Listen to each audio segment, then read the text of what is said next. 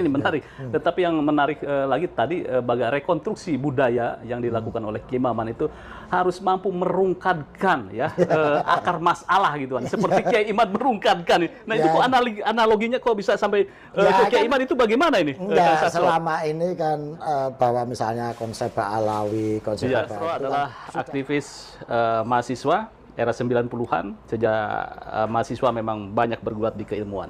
Baik Kang, tadi menarik ini ketika menguji Kiai Maman tentang apa namanya Islam Nusantara, katakanlah Islam Nusantara gitu ya. Nah itu ada kata-kata yang sangat menohok menurut saya. Ini harus merungkadkan teori sinkretisme, ya, rekonstruksi budaya. Jadi harus merungkadkan teori sinkretisme Islam dengan Buddha dan Hindu. Seperti Kiai Imad merungkadkan nasab habaib. Aku terkejut ini, ternyata ini menggema ini di Unusia, ini tesis Kiai Imad.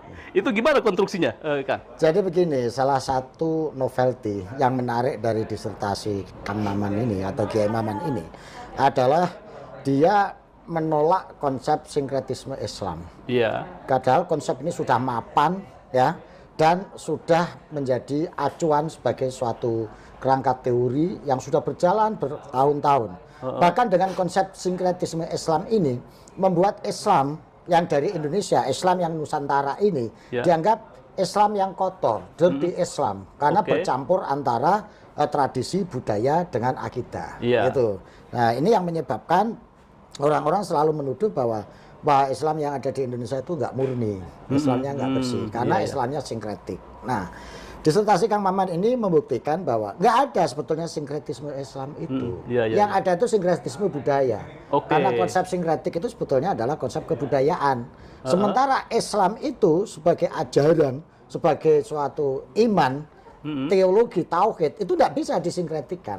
Ini menarik bahwa Kang Maman yang saya bimbing itu mencoba mendeteksi hubungan antara budaya, tradisi dengan agama yang terjadi di Cirebon dalam proses Islamisasi. Dia kan pakai teorinya Arnold Toynbee, di mana di teori itu dijelaskan bahwa kebudayaan itu ada lapis-lapisnya. Lapis pertama itu disebut dengan lapis simbolik atau saintifik. Nah, yang itu sifatnya indrawi gitu material. Itu lapis paling rendah itu, paling dasar karena sifatnya indrawi. Nah, di lapis ini itu bisa disinkretikkan karena ini kebudayaan gitu. Kemudian pada lapis kedua itu adalah lapis estetik. Itu yang menyentuh dimensi rasa. Dimensi rasa. Nah, yang ketiga itu adalah dimensi spiritual religions. Nah, pada dimensi spiritual religions ini di mana di situ terdapat unsur keimanan ada, unsur tauhid. Nah, ini nggak bisa disinkretikkan, gitu loh. Nggak bisa disinkretikkan. Sinkretik itu hanya terjadi pada level ekspresi kebudayaan, bukan pada level keimanan, bukan level ketauhidan. Nah, sementara di situ diklaim bahwa sinkretisme Islam, sehingga seolah-olah terjadi sinkretik pada level iman, pada level tauhid. Padahal pada level iman dan tauhid ini tidak bisa. Islam tetap, bahkan Islam Jawa, Islam manapun, tetap kalau dia sudah Islam ya tetap mengakui ketauhidan Tuhan. Nah, ini yang menarik. Nah, itu di situ gitu kan. Jadi artinya bahwa menolak atau merungkadkan teori sinkretisme di situ gitu kan ya. Sinkretisme Islam itu nggak ada. Tidak ada aja ya. Yang ada itu sinkretisme budaya. Sinkretisme budaya. Kalau budaya itu sumbernya bisa dari mana saja. Karena faktor yang mempengaruhi terjadinya konstruksi kebudayaan itu kan ada tiga paling tidak. Satu sumber. Sumber itu bisa berasal dari budaya yang sudah existing atau budaya yang sudah ada sebelumnya. Nah, itu saya sebut bagian dari sumber gitu. Saya nggak mau menyebut budaya asli karena budayanya sumber asli ya. Termasuk salah satu sumber itu adalah agama. Agama sebagai sumber gitu, budaya kebudayaan. Nah, salah satu sumber ini ya yang namanya tauhid, yang namanya iman ini tidak bisa disinkretikkan. Iya, gitu. iya. Nah kemudian yang kedua adalah subjek manusianya, subjek budayanya itu. Nah ini yang mempengaruhi konstruksi budaya karena dia akan melakukan dengan sikap-sikap inovatif, kreativitas dan lain sebagainya. Nah yang ketiga adalah faktor geografis. Gitu. Iya. Nah pada level-level inilah bisa terjadi sinkretik. Gitu. Makanya Islam pesisiran berbeda dengan Islam pedalaman dalam ekspresi kebudayaannya. Islam Arab atau kebudayaan Islam Arab berbeda dengan kebudayaan Islam yang di Jawa, ada di Nusantara. Nah, inilah di sana misalnya zakat fitrahnya pakai gandum, pakai kurma, di sini pakai beras. Di sana sholatnya gitu ya, sebelum pakaian sholatnya pakai gamis, kalau di sini pakai sarung. Nah, itulah hal-hal yang di situ bisa terjadi proses sinkretik. Gitu. Jadi konsepsi tentang Islam Nusantara itu kemarin itu kan dihujat itu ya. Nah, itu seperti itu orang nggak paham aja. Dia menghujat itu orang yang sudah mengamalkan Islam Nusantara. Dia melakukan setiap hari, tapi dia menghujat. Misalnya Islam Nusantara sesat. Loh, Islam Nusantara sesat kok. Dia zakat fitrah pakai beras. Padahal itu Islam Nusantara. Kalau gitu dia sesat dong. Iya, gitu. harusnya pakai gandum. Misalnya kayak gitu. Terus dia ikut halal bihalal. Gitu. Padahal itu ya ekspresi Islam Nusantara. Menyesatkan Islam Nusantara tapi ikut halal bihalal. Ikut buka bersama. Buka bersama itu kebudayaan Islam Nusantara itu di tempat lain susah, nggak ada. Gitu loh. Terus ikut apalagi ikut mudik. Mudik gitu ya. Nah, misalnya kayak gitu kan tradisi Islam Nusantara, ekspresi dari Islam Nusantara. Tapi dia enak aja, Islam Nusantara sesat, Islam Nusantara haram. Ya padahal ekspresi kebudayaan yang seperti itulah yang disebut Islam Nusantara. Nah ini yang ingin sebetulnya ingin katakan direkonstruksi loh ya. Ya makanya Kang Maman di situ pakai istilah rekonstruksi budaya.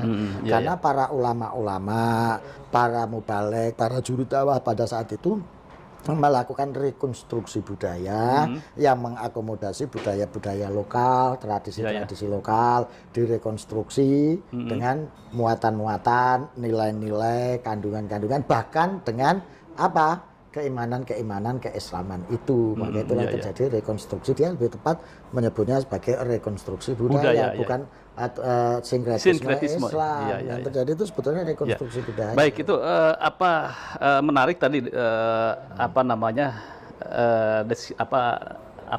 itu disertasi Kiai Maman itu contohnya tentang Cirebon, kemudian peran Sunan Gunung Jati. Peran para kreatif minority lah di situ. Kreatif minority kreatif minority itu ya para kelompok minoritas, para semacam penggerak atau nukleus. Nah, itu yang menggerakkan melakukan proses rekonstruksi kultural itu sehingga Islam masuk tidak mengancam tradisi, tidak merusak budaya, tidak menghancurkan seluruh bangunan sosial, tetapi justru insert ke dalam budaya, ke dalam tradisi, ke dalam tatanan sosial gitu ya, yang diinsert kemudian direkonstruksi pada sisi-sisi yang sekiranya perlu dilakukan rekonstruksi. Gitu, ini menarik. Tetapi yang menarik lagi tadi baga rekonstruksi budaya yang dilakukan oleh Kiai Maman itu harus mampu merungkadkan akar masalah gitu kan. Seperti Kiai Imad merungkadkan. Nah itu kok analoginya kok bisa sampai ke Kiai Imad itu bagaimana ini? Selama ini kan bahwa misalnya konsep Ba'alawi, konsep itu kan sudah sedemikian kokoh dan mapannya, bahkan hampir menjadi keyakinan sebagian masyarakat atau umat Islam Indonesia, saking kokohnya, sehingga seolah-olah itu menjadi bagian dari ajaran yang tidak tergoyahkan.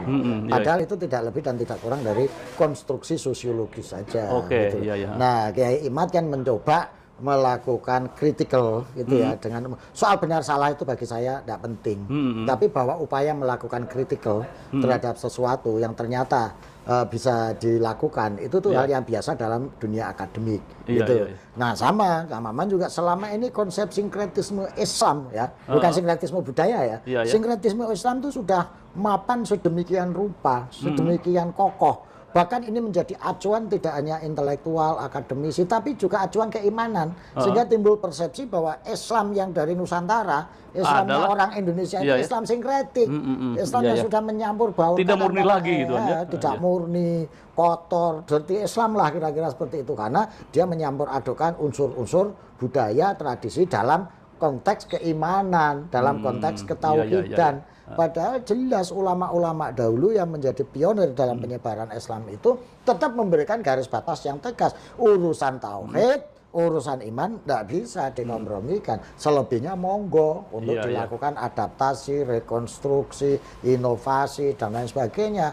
Maka berlaku dalil-dalil yang banyak itu yang dipakai. Misalnya kayak dalil al-mukhafadatu ala qadimi sholeh wal ahdu bijaditil aslah. Itu kan konteksnya pada konteks kebudayaan, pada konteks tradisi, bukan pada konteks keimanan. Gitu loh.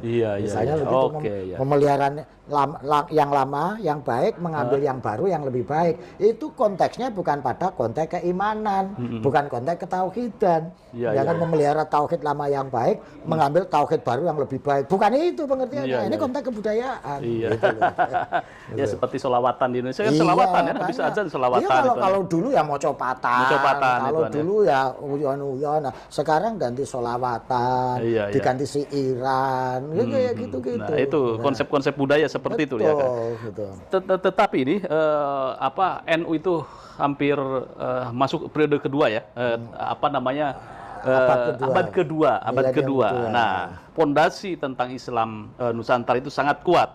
Nah, kemudian juga berbagai cara kaum katakan ya ingin memurnikan Islam dan sebagainya. Ini selalu membentur tembok. Kira-kira kokohnya ini di mana nih, Kang, menurut Kang Sastra? Ya karena Islam Nusantara itu related dengan akar tradisi budaya Nusantara. Oyotnya, akarnya itu sama. Kan dulu udah pernah dicoba-coba dengan berbagai macam gerakan itu. Mulai dari Perang Padri yang mencoba menyingkirkan tradisi keislaman. Mau dicoba dulu dengan gerakan-gerakan Islam formal simbolik ya, yang menggunakan simbol dan formalisme Islam untuk diterap. Ya nggak jalan karena itu nggak related dengan akar tradisi dan budaya Nusantara. Dan itu kalau kita ngaca sejarah ya, Islam itu kan masuk abad ke-8, abad ke-7, ya kan. Nah, tapi Islam baru berkembang. Itu kan abad ke-15, 1400-an, eranya Wali Songo. Artinya ada kevakuman dari abad ke-8 sampai abad ke-15, pertengahan abad 15. Ya, ini gara-gara kesalahan strategi dalam menyebarkan dan mengajarkan Islam.